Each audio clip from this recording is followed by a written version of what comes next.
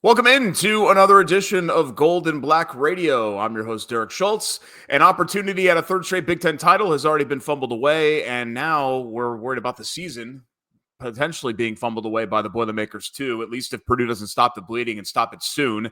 They have a game coming up here Friday against UCLA, but only 3 games remain in the regular season, and we'll tag in Brian Neubert here in just a bit to talk about the troubling state of affairs going on for the Boilermakers right now.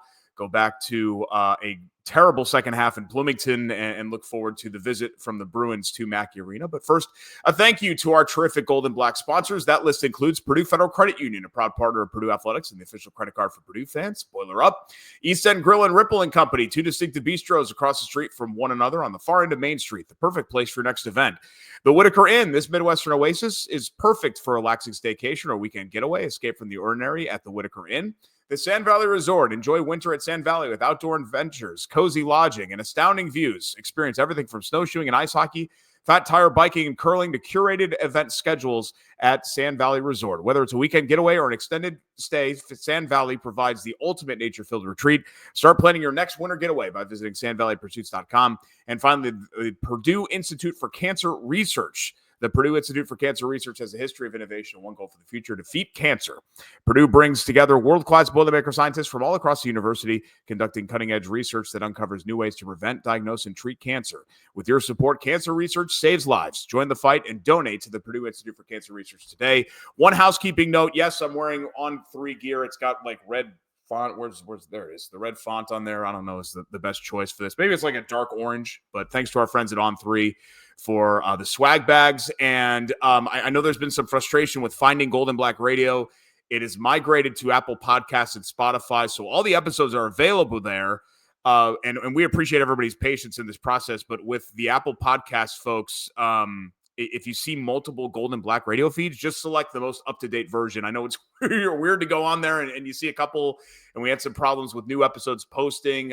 Thanks for just kind of staying with us and working through all of that. We hope to have that situation rectified here very soon. A situation that we never have to worry about is Brian Neubert, the columnist and the basketball knower, goldenblack.com, and recurring guest here on Gold and Black Radio. And Brian, I was kind of telling you when we first connected for this call to update the show or talk about the show, I kind of said, generally speaking, I jot down some bullets or observations of things that I want to cover. But for this one, I don't know if it's very productive to rehash the losses again, especially because they followed such a similar script, right? Like, fans know that the second half defense is a problem and the rim defense is a problem. We know the turnovers are a problem. So I guess my question is, how do you make these things seemingly stop? Because, to me, it's one thing to say that there was going to be a natural regression, especially let's start defensively. There was going to be a regression for what we saw in January, right? That's natural. In the course of a basketball season, things go up, they go down. There are ebbs and flows. But what sort of bothers me about this stretch here, and notably the second half performance in Bloomington, is that it's not that these things are like lightly regressing. It's that they're going away completely. And suddenly, Purdue is not doing any of the things that they did in the previous 2 months over the last 2 weeks. And I think that is what caused me and I guess a lot of Purdue fans that are listening to Gold and Black Radio right now, a lot of concern with where they are right now. I was wondering how you were going to tie in the podcast drama to introducing me. That was very well done. No, Purdue's attention to detail, Purdue's all this stuff that made it really good in January, it's kind of fallen off. Like, I went back and watched the IU game just now, and Purdue's defense is built to protect the paint, right? There's always a guy standing at the rim. It's normally a guard. It's not a traditional rim protector, but it's a body to stop the ball, to help in the post, to help around the basket, for the specific purpose of protecting the paint. Indiana, I think we can all agree, is a terrible three-point shooting team, right? They missed 8 in a row to end the first half. Yet a bunch of times, from a bunch of different players, the person who was assigned systematically to be standing at the basket to back up Purdue's, big men who aren't necessarily traditional big men, vacated their spot to go jump out to a shooter. Purdue wanted that shooter shooting that ball. Now, you probably don't want Luke Goody, for example, shooting high percentage rhythm threes, but you definitely don't want Umar Ballo dunking. And Yeah. those guys were making bad reads in those situations, and that's what Matt Painter's talking about when he says guys aren't doing what they're supposed to do. And if they're not doing what they're supposed to do, he can't help them. So I'm sure since the IU game, there have been some conversations about we got to get refocused here, guys. You got to get back to what got you here in January. You got to get back to the attention to detail, the energy with which you adhered to it, and you can't force things on offense the way Purdue forced things on offense. You can't lose your mind like the way Purdue lost its mind at both ends of the floor against Indiana. It sounds trite to say that second half was more about Purdue than Indiana when Indiana outscored them by a million. But when you go back and watch what Purdue was in the second half of that game, it was a whole different level of disheveled. It kind of rhymes. From what happened at Michigan State, from what happened at Wisconsin, from what happened at Michigan. And it was unrecognizable from what Purdue was in January and into the start of this month. And, sometimes teams just have bad weeks. Sometimes teams have bad 2 weeks. Sometimes teams just hit ruts. And, if there's something broader going on here, I'm not really aware of it. If it's Purdue taking things for granted, if it's Purdue being overconfident, that wouldn't make any sense because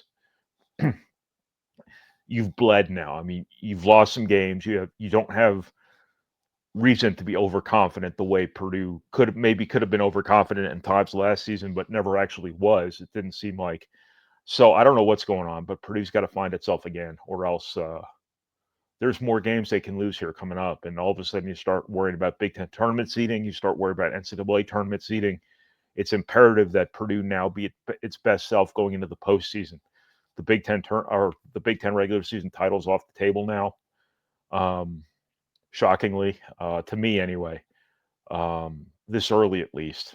It just Purdue's got to figure this out. They've got to refine themselves. They have to play like a team with the experience that this team has. Everything they've been the last couple of games has belied their experience level, and that's just kind of really hard to explain, really hard to wrap your head around. Yeah, and it has been 2 bad weeks, but this past week was way worse than the previous week, right? I mean, the Michigan game, as you said over and over again, was just kind of a weird game. Like, it wasn't like Purdue played poorly.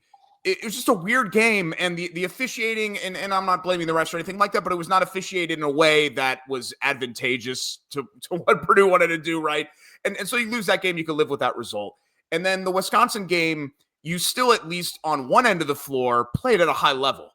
The defense went away, right? And you could just as easily argue that was just as much about Wisconsin being really good. But last week, Michigan State was basically a fast break dunk parade all game, and then Indiana, it's just they're better than their record indicates. I'll admit they have more talent, as they always do. Indiana always has more talent than the record indicates, right? At the end of the day, though, that's a really run of the mill Indiana team.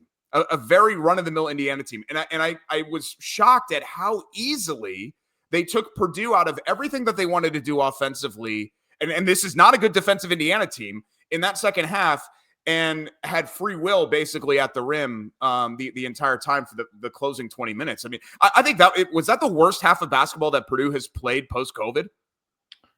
I can't think of very many worse. I'm trying to think back to what Penn State looked like. In that game. That was rough.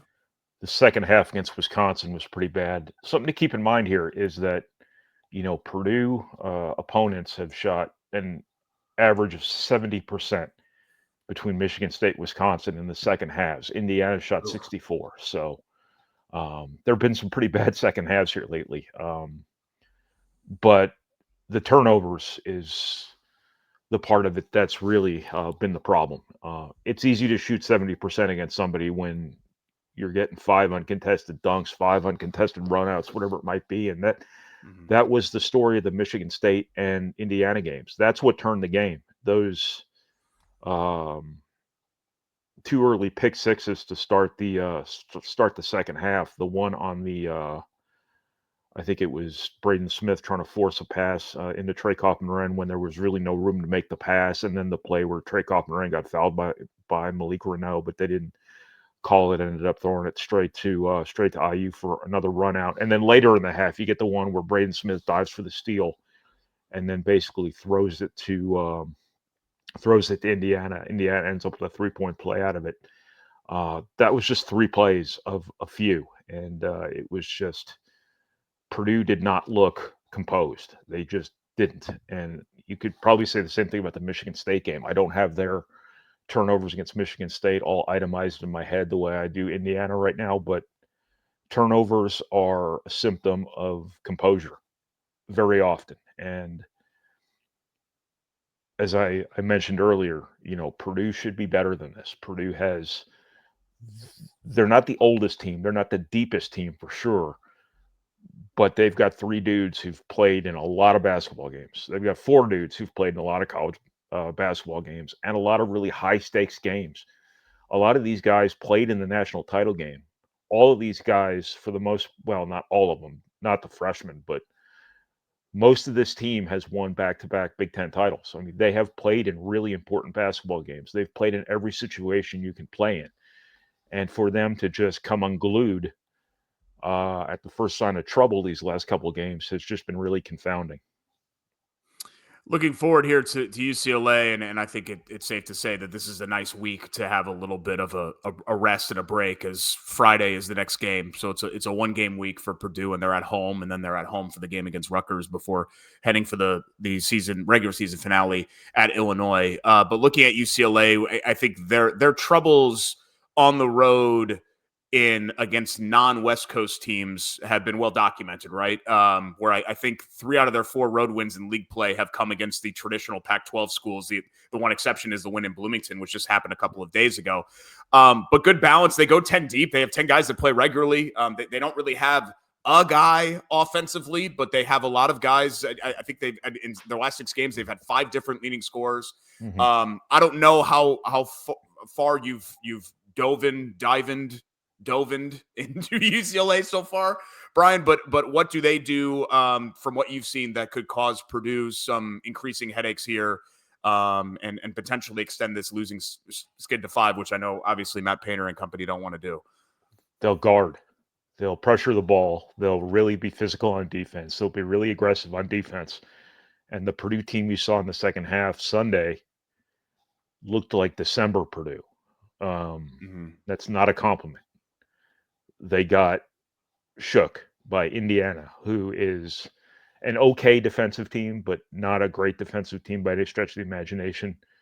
Purdue got shook. Purdue got hurried up. They got panicky on offense. It's inexplicable. And they dribbled into trouble. Trey Kaufman-Renn forced things into crowds. Braden Smith forced things into crowds. The freshman guards looked like freshmen again, which they hadn't for a while. And UCLA is going to defend in a similar manner. It could be if it works, it'll be a low-scoring game because UCLA isn't the most high-powered offense. So Purdue's going to want to really try to open this game up, obviously, and that's going to be really hard to do because UCLA will really guard, and Mick Cronin's a really good, toughness-minded coach. And right now, Purdue's not responded to those kind of things here lately, and that's just really confounding. When you look at just the season in general and, things getting away, and you've been on the Purdue basketball beat for a long time, and this sometimes happens with teams where they go through bad stretches. Sometimes they come out of it, sometimes they don't. This was a team that was picked to win the Big Ten, even though I think given their returning experience, that felt more like a default pick with all the substantial losses for some of the other teams in the mix for the Big Ten. But that said, if this suddenly turns into a team that ends up losing a 5-12 game, obviously that drastically changes the viewpoint of this season, because it was a team that at one point found its way, 13 days ago, Brian, they were leading in the final minutes at Michigan, and they were in the catbird seat to win the league. And it's amazing to me that in 13 days, it feels like the entire season is in danger of dissolving away now. Well, what many years of this have kind of taught me is that things are never as bad as they seem, never as good as they Mhm. seem, and I've seen Purdue go through some pretty crappy stretches and pop right out of it. Now that said, Sunday was a real opportunity to pop right out of it, and it didn't Yeah. happen. Um, but at the end of the day, you still have two All-America level players. You still have three All Big Ten level players. You still have a ton of experience. You still got a coach who's, one of the better, more solution-oriented coaches in college basketball, one of the more consistent coaches in college basketball. That leads me to believe this can turn quick. And I've said that after like three straight games now, but I'm going to keep saying it because it's going to keep being true. When you've got Braden Smith and you've got Trey Kaufman-Renn, you've got Fletcher Lawyer, and you've got Matt Painter, this can turn pretty quick. And I would think that that's more likely than not right now. And but Purdue's just kind of got to get jarred straight here. And this is a pretty proud group. This is a pretty competitive group. Um, and how they respond to losing is going to be the ultimate measure of a man, so to speak. And but they've had a couple opportunities here to do this, so I can't keep saying the same thing over and over again after all these games until Purdue actually, shows us. Glass half full. Colvin and Heidi are making some shots, right? Yeah, Is that a good way to to end it the podcast with something positive? it's a shame Miles Coleman's best two-way game of the season. It doesn't mean his best, most impactful game of the season because the Ole Miss game was his biggest play of the Sure. season. Yeah. But his best two-way game of the season, it's a shame that didn't help Purdue get a win. I thought Camden Heide did some really good things as well. But all the guys around them, the pillar guys, the foundation guys, have to be better than they were in Bloomington. That's Miles Colvin and Camden Heide matter when Braden Smith, Trey Kaufman-Renn, and Fletcher Lawyer are all really good. And um, those guys weren't good enough. So if they could get all of it going at once, Purdue would be a real problem for people. But that wasn't the case in Bloomington, and there's plenty of season left, though. So if Camden Heide and Miles Colvin can play like they did in Bloomington here in the postseason, I'm not sure I'd want to play Purdue as a mid-level seed. Yeah, Smith and Kaufman ran second half combined against IU 2 points. They didn't make a field goal and they had 8 turnovers. I mean, you're probably not beating Lawrence North with those guys playing like that in the second half. So that was one area where they obviously fell short. But again, you mentioned UCLA, Rutgers at home. A very much a fading Illinois team, and I'm sure if they're doing Illinois podcasts right now, the Blue and Orange Radio podcast or whatever, they're probably saying some of the same things about how the heck did the season get away like this. And they've been fading for a longer stretch than Purdue has, and got completely embarrassed and dismantled by Duke. So I do think that this is, we keep talking about, okay, this is a chance for them to turn around. This is the last stand here, though, right? Before you get into Indianapolis and the Big Ten tournament, and before it's win or go home time. And I'm still holding out hope that Purdue can turn this around, because we saw them play certainly large stretches of high-level basketball this year, and we'll see if they can kick it back into gear against the Bruins coming up Friday night. Of course, you can catch Brian's coverage, his wrap, video analysis, and even the drive home in the car pod right here at goldenblack.com, as always. We'll see you next time, Brian. Thanks so much. No problem, Derek. It's our pal Brian Neubert, and sorry to be so doom and gloom, but I feel like there's a lot of doom and gloom around a 4-game losing skid, which is just generally what happens, and that shows where the bar of expectations is for this team. You're not used to having 2 bad weeks in a row. Certainly, if you go back the last 5 years of this team, really going back to that weird COVID season where they would have missed the NCAA tournament, that's where you have to go back for the last time that Purdue played prolonged stretches of poor basketball like they have the last 2 weeks. But we'll see if they can't kick it back into gear coming up here against UCLA. Thanks to the Purdue Federal Credit Union and our great sponsors that make Golden Black Radio possible. The official credit card for Purdue fans at Purdue Federal Credit Union. Boiler Up, East End Grill, and Ripple and Company, 2 distinctive bistros across the street from one another on the far end of Main Street in Lafayette. The Whitaker Inn, for unparalleled comfort and cuisine. Visit the Whitaker Inn Sand Valley Resort. Enjoy winter at Sand Valley with outdoor adventures, cozy lodging, and astounding views. Start planning your next winter getaway by visiting sandvalleypursuits.com. The Purdue Institute for Cancer Research, which has a history of innovation and one goal for the future: defeat cancer. Join the fight and donate to the Purdue Institute for Cancer Research today. And of course, don't forget to sign up to become a member for the best Purdue coverage right here at goldandblack.com. Until next time on GBR, I'm Derek Schultz. Purdue and UCLA on Friday. We will have more coverage, more analysis. Brian, Tom, Carm, Alan, the Saturday simulcast coming up this week in between our next episode of Gold and Black Radio. Head over to Knucklehead Central and commiserate with your downtrodden Boiler brethren as well. And we'll see if Purdue can't get things back on track coming up here Friday at Mackey Arena. Until next time, we'll see you here on Gold and Black Radio.